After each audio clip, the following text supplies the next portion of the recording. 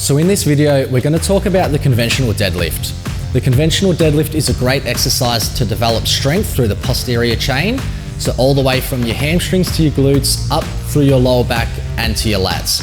You're also going to develop muscle through these areas as well.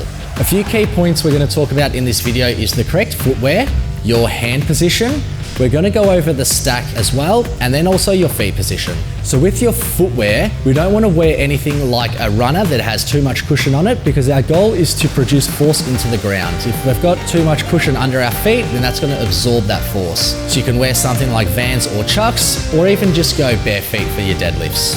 Secondly, we're going to go over your stance. It's really easy to determine what stance to take for the conventional deadlift. All I'll get you to do is pretend you're going for a max vertical jump, and wherever your feet end up before you jump is the position you want to have them for the conventional deadlift. That's the position that you're going to apply the most force down into the floor. The hand position we want to take will be just outside of our legs. Anything wider, we then have to go through a further range of motion, which on some exercises is a good thing, but for the conventional deadlifts, we just want to have them as close as we can or just outside of our legs. It would be ideal. Now you can go for both hands over the bar, one hand over, one hand under.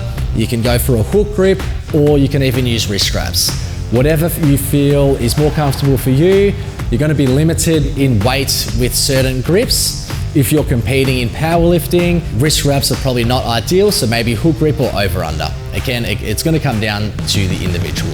So when completing the conventional deadlift, we want majority of the movement to be coming from the hips, and that's the way we're going to target most of our posterior chain.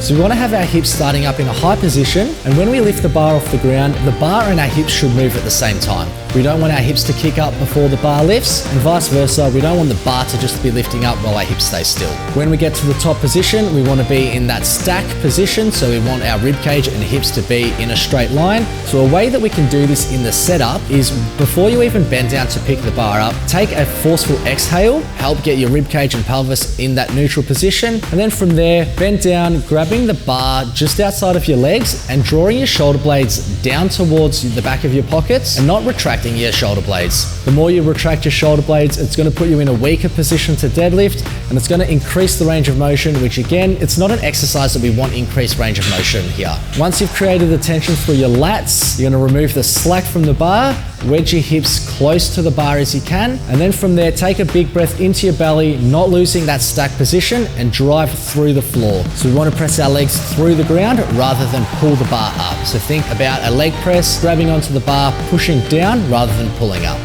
What I like to do here is, let's say for example, you have 6 reps. We're completing 1 rep 6 times. So instead of rushing through it and just doing one big breath and brace and trying to get through 6, you want to individualize them reps.